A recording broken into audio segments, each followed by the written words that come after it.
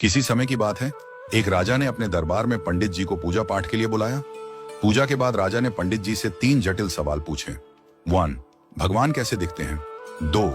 भगवान कहां तक देख सकते हैं? 3. भगवान क्या करते हैं? पंडित जी थोड़े सोच में पड़ गए और बोले, महाराज, इन सवालों के उत्तर देने के लिए मुझे थोड़ा समय चाहिए। राजा ने उन्हें 1 महीने का समय दिया। पंडित जी घर लौट आए, लेकिन कई दिनों तक उत्तर नहीं सूझा। उनकी परेशानी देखकर उनका बेटा बोला, पिताजी, आप क्यों चिंतित हैं? पंडित जी ने उसे राजा के सवालों के बारे में बताया। बेटे ने आत्मविश्वास से कहा, पिताजी, आप चिंता न करें, मैं इन सवालों का उत्तर दूंगा। अगले दिन दोनों राजा के दरबार में पहुंचे। राजा ने पंडित जी से पूछा, पंडित जी, आपने मेरे सवालों के जवाब खोज लिए? पंडित जी ने कहा, महाराज, मेरे बेटे ने इन सवालों के उत्तर देने का जिम्मा लिया है। राजा ने पूछा, तो बताओ, पहला सवाल, भगवान कैसे दिखते हैं? पंडित जी के बेटे ने मुस्कुराते हुए कहा, महाराज, कृपया एक कटोरी दूध मंगवाइए। दूध लाया गया। लड़के ने उसमें अपनी उंगली डालकर घुमाना शुरू कर दिया। राजा ने चौंक कर पूछा, यह क्या कर रहे हो? लड़के ने शांत स्वर में कहा, महाराज, क्या आपको इस दूध में मक्खन दिख रहा है? राजा ने सिर हिलाया और कहा, नहीं।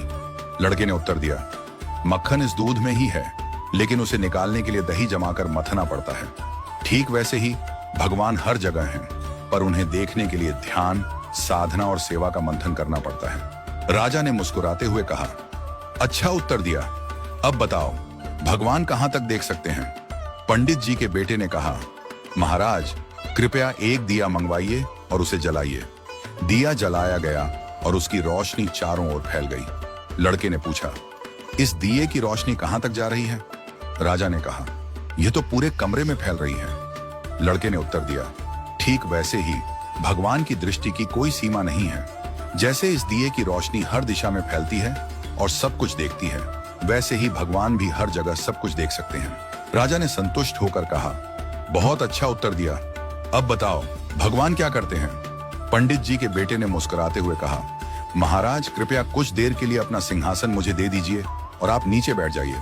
दरबारियों में खुसर पुसर होने लगी, पर राजा को जिज्ञासा थी, इसलिए उसने उसे सिंहासन पर बैठने की अनुमति दे दी। लड़का सिंहासन पर बैठकर बोला, महाराज, अब देखिए, अभी तक आप राजा थे और मैं आपकी प्रजा था, लेकिन अब मैं